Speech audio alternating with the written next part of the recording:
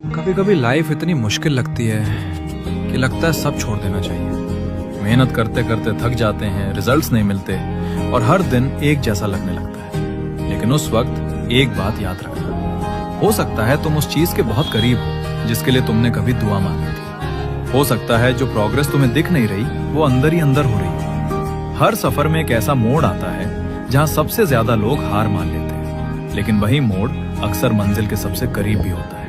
इसलिए थोड़ा और सब्र रखो, थोड़ा और मेहनत करो, थोड़ा और यकीन रखो।